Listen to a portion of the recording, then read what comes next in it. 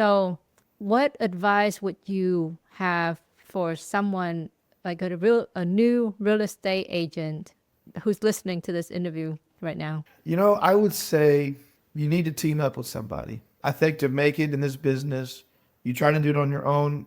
I know many people have done it, very, very smart people, very successful, hardworking people, and they just couldn't make it because the business is very much up and down, and you don't get that consistency until you build multiple pillars of business.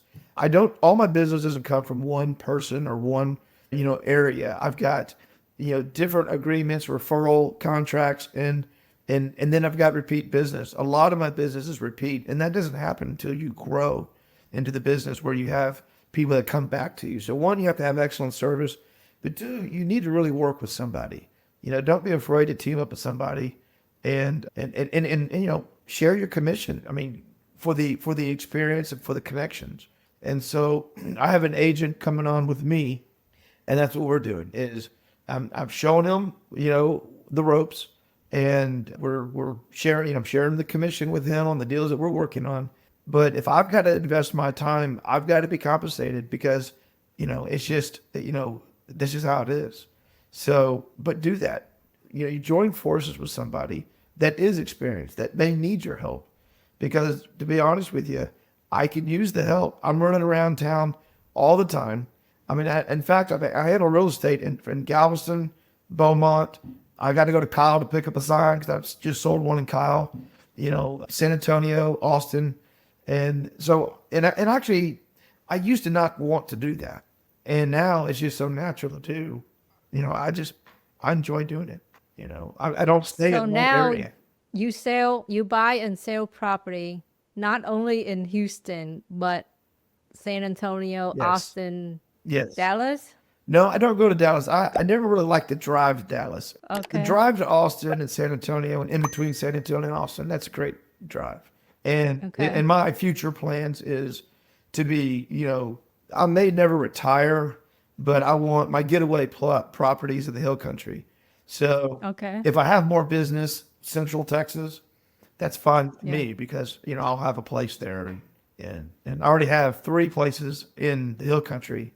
And so I've got places to stay at if I work out in that area. Well, you are one of the best. So I think you're a little too young to think of retirement. Well, you always got to think of the future. You always got to think about the future, right? I know, but if you ever retire, you have to replace yourself. That's what I'm saying. Okay, so most of our listeners are real estate investor. Right. What advice would you give them for the non-licensed real estate investor? Okay. Well, first of all, don't over leverage. You got to be careful with your leverage. I've seen number one investors lose it. And so if you're, be true with your numbers. Don't try to force them to work. But you need a good exit strategy. And I would say the same thing, even if it's a new investor, get a good team together. You don't always want to look for that agent that's going to be the discount broker. You try to save money on that just so you can make the deal work. Make the deal work. Buy the deal right. Buy it where you have the margins, where you can afford to join forces with the right people.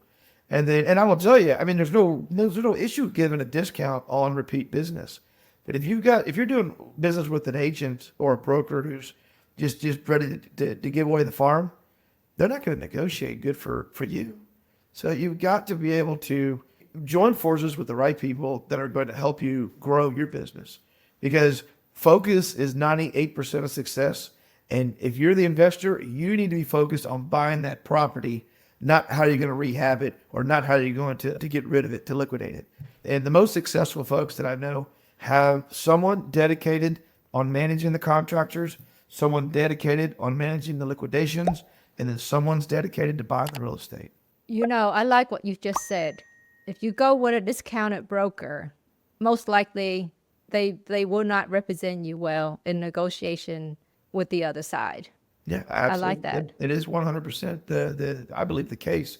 I'm not saying that investors cannot discount or negotiate a fair fee for repeat business, but as the investor gets experienced, then there's a right, time and place for that discussion, but and that relationship. But if you go to a guy and says, oh, I'll do this thing for next to nothing, that's not the guy you want. I think we thinking in the same way in this for investor anyway, because we know as investor, everyone is bottom line oriented, right? Yeah. But I say this, that it's the difference between you selling the house and not selling the house is heavily dependent on the agent that you get. I think the agent brings value to the transaction. If you have an agent that's not work for you, you're going to lose more than 3% potentially. You can lose a lot more. And I think if that agent's not bringing that value to it, then yeah, you got the wrong one. And it's not, and you're right, a lot of investors are bottom line thinkers, but you don't manipulate certain costs to try to make the deal work. And either the deal works or it doesn't. Okay, let's go over some of the basic of the business of working with investor. I mean, you work a lot with investor. You started out by working with real estate investor. Right. How is that different than the retail market? You've done both, but you've done a lot with real estate investor. Oh yeah, I do both right now. Yeah. So, I think the working with in the investment world helps because you do so much more business in the for me in the investment business because there's just so much buying and selling. And then so you get a lot more problems and you learn how to solve more problems. And then those same problems, a regular retail seller has those same issues. I mean, so there's a lot of similarities with it, but I will tell you the difference with me working with investors is I end up working wherever that deal is. So if I got to work in Rosenberg, that's where the deal was. I'm going to learn about Rosenberg. So I'm in and out of different markets all the time. And so I've learned, I guess my niche is understanding how that market's working. And you can actually take information from other markets and see what they're doing and working and kind of see what this market will do or could do. For example, in Beaumont, it's a different market than Houston. But if you go on the south side of Houston, there's a lot of similarities in the south side of Houston that match with I see in Beaumont. So you could take other markets once you understand what the expectation is and not even have good sales data and be able to successfully navigate through those decisions that you need to make for that investment. I've been asked a lot about passive investment. And let's be real, there is nothing passive about being a landlord unless you have a really good property management company. So if you own an Airbnb or a short-term rental and you want to get back your time, please give our team at Buzz Vacation Rental a call at 281-549-8432 or go to our website at pm.buzzvacationrentals.com.